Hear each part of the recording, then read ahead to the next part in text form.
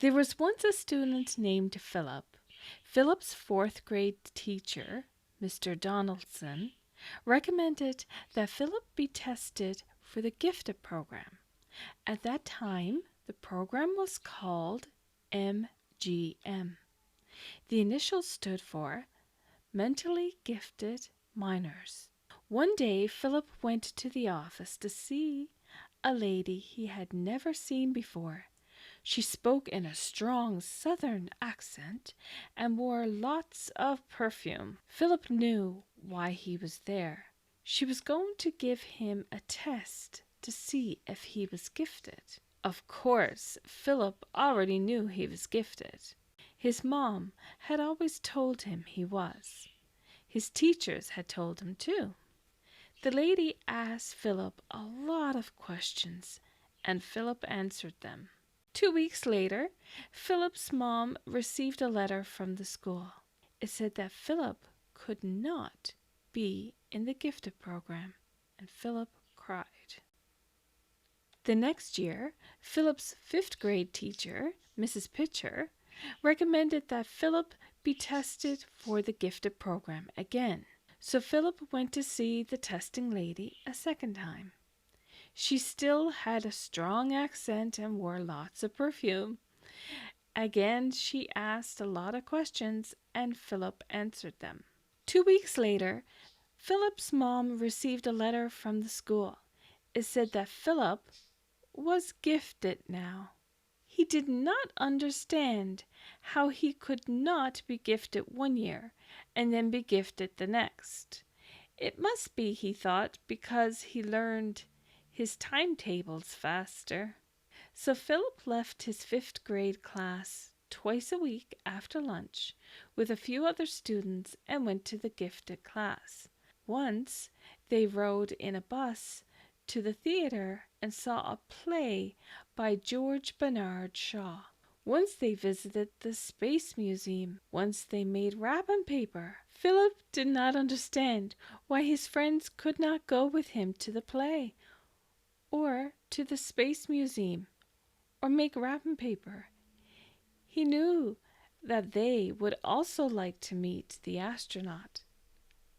Philip did not want to be gifted anymore.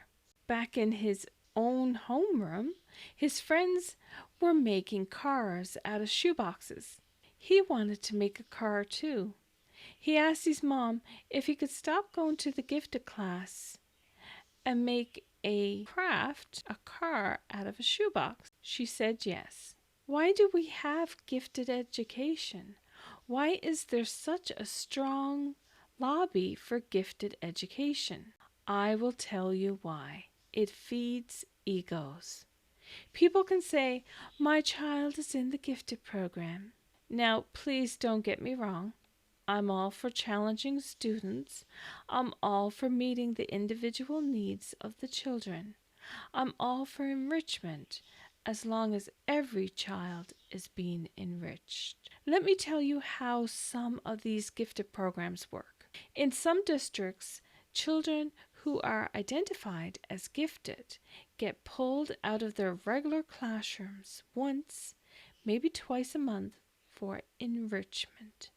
The students usually work on projects that are supposed to be more challenging, more enriching, more enlightened, a higher level.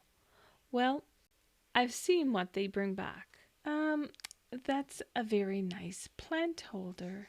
You macrameed it in the gifted class? Oh, you made a birdhouse in your gifted class today. It's lovely. I didn't realize that hammering was so high level. Sometimes the gifted students go on field trips. They might visit a gallery or attend a concert or go on a boat trip. And what about those students who are left behind? I'd like you to see their faces when the gifted ones leave. The ones left behind are sad. They feel dumb. They do not understand. Teachers spend the whole year building their kids up, telling them how special and smart and talented and wonderful they are. and then it's ruined. What do I say to the ones left behind? Sorry, Johnny, you can jump higher and run faster than any student in the school, but you struggle in reading, so you're not gifted. Sorry, Becky, you can play Mozart and Beethoven and Chopin beautifully, but you cannot read big numbers, so you're not gifted. Sorry, Alexis, you can draw 10 times better than I can, and you're only 8 years old, but you missed one too many problems on the test, so you're not gifted. And sorry, Stephen, you can whip anyone in class in chess and put together the most elaborate Lego invention, but you can't spell, so you're not gifted. I am not a political person. I never have been. I am too busy teaching children the difference between there and there, spelt THERE and THEIR, and there, THEY apostrophe RE. But this issue riles me up.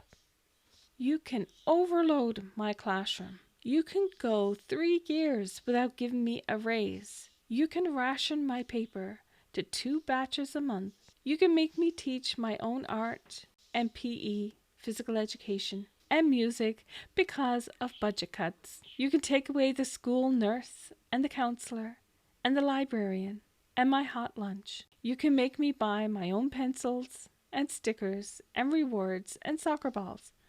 But don't start messing with my students. Do anyone listening to this have any thoughts? Leave a comment below. I'd love to hear from you. Bye for now. Have a super fantastic day. Blessings.